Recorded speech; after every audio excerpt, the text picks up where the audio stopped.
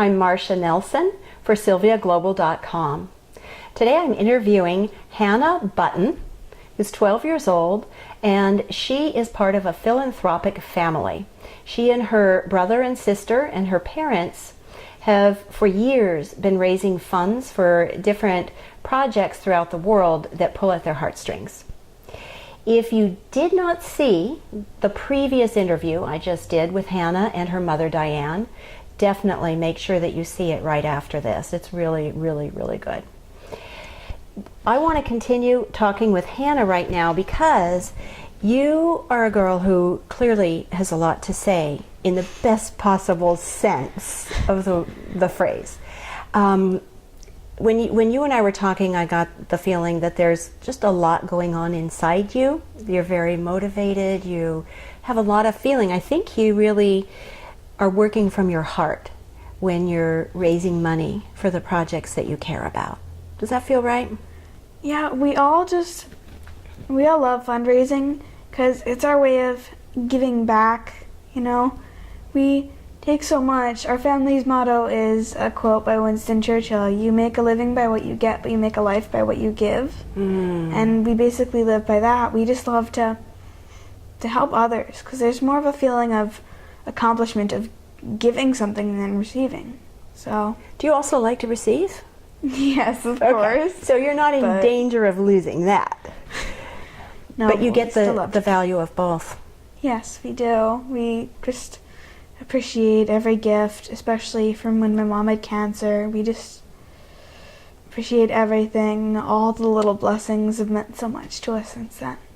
So I want to remind people, we mentioned it previously, but let's remind people that this is the cookbook that Hannah and her brother and sister put together 4 years ago when their mom was going through breast cancer.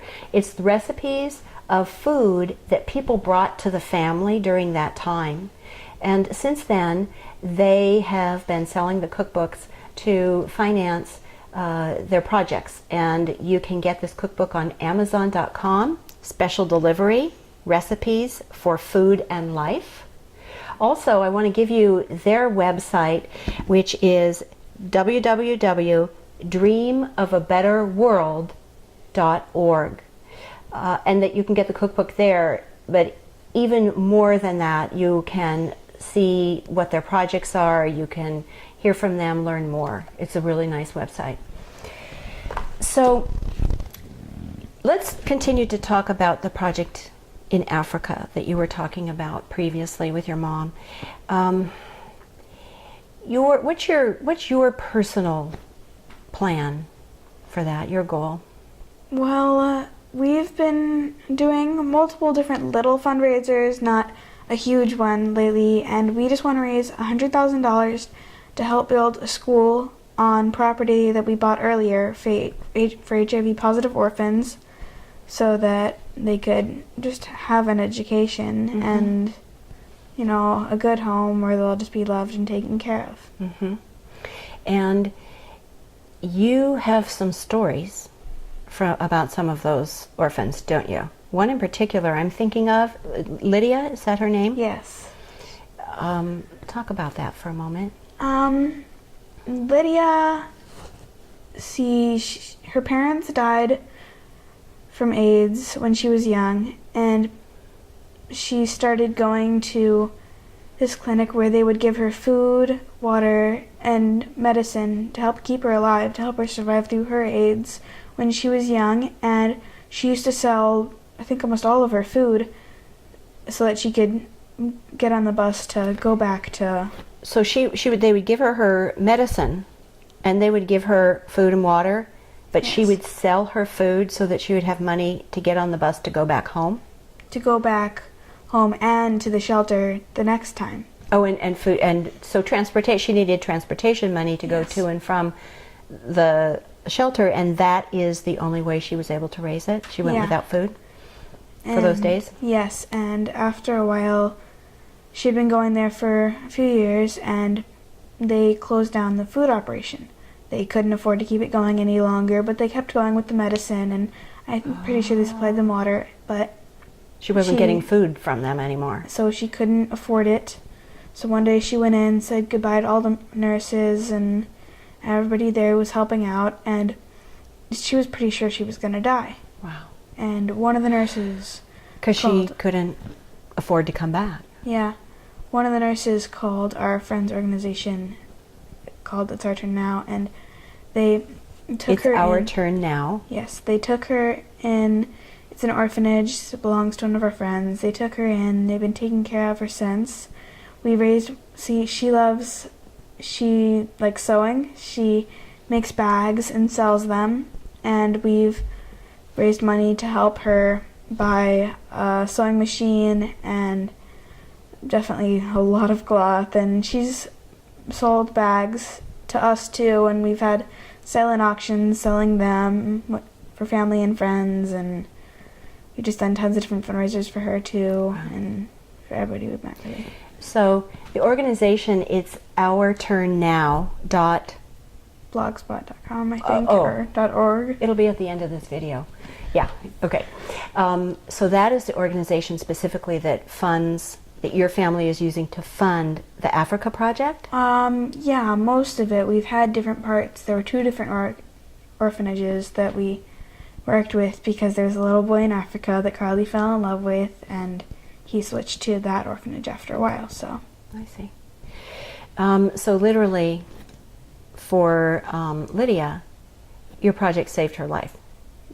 I suppose so. And gave her a way to have a business to create some income. Yes. Really empowered her. Mm-hmm. And how's she doing today, health-wise? Apparently great, and the orphanage has been helping her to get the medicine she needs and food and water for every day to keep on going and selling her bags and just having fun while doing it. So you and your family think in terms of, you mentioned raising $100,000 earlier. You think in big terms. You're going to raise, in fact, I know from talking to you before, you're going to raise $100,000 and then you're going to keep going. So it's a continuous thing. That's what you see as part of your path as you... We just want to keep on going and fundraising, and it's a big project. It really is, especially if we're doing a ton of small fundraisers, and we realize that, but the fun thing is just not knowing how long it's going to take, just knowing that we can do it. Yeah. You're 12. Yes. And I understand that there's sort of a tradition in your family that happens, maybe sort of an accidental rite of passage, maybe, that happens at age 13. Tell us what that is. Usually when we're 13, we just kind of, around 12, 13, 14, we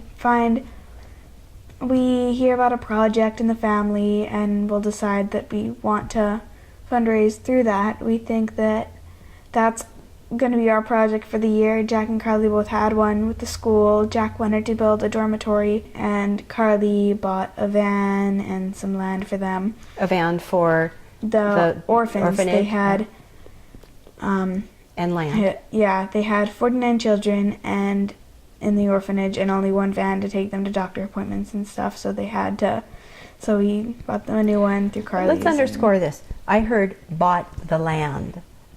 And it's 4 acres, right? Yes, for the new orphanage. This is big and stuff. Now we're moving on to the school to help raise money for that. And so at age 13, Jack came up with a project, Carly came up with a project of special interest to them. And you're 12, you're going to be turning 13. What's your project?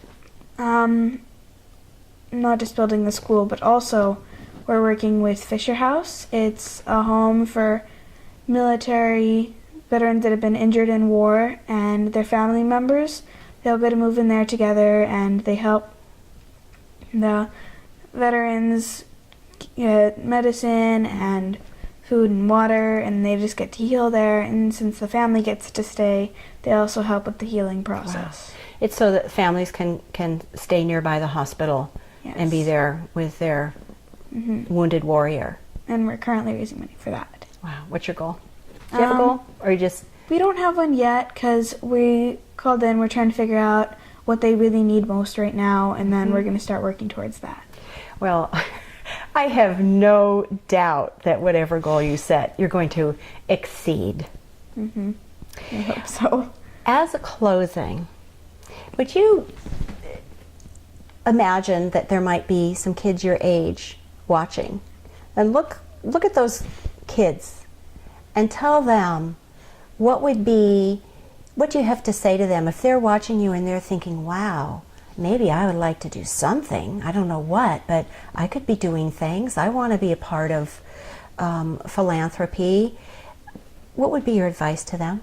Everything is a way to give back. Every little thing, just helping the neighbor, even just carry the groceries home or something, it's always a way to help them and help the community, and usually one good act leads to another with more happiness and people just feeling loved. And you're never too young or too old to make a difference. Everybody can in their own way. And I think you found that often other people see what you're doing and they want to participate too. Yes, many people have started fundraising with us. My friend Catherine helps out at fundraisers too sometimes, and we all just have a ton of fun doing it. Sounds good. I'm so glad to talk with you. I look forward to talking again sometime. I'll keep tabs on what's happening. Okay. This is Marcia Nelson for SylviaGlobal.com, and thank you so much, Hannah Button. Thank you too.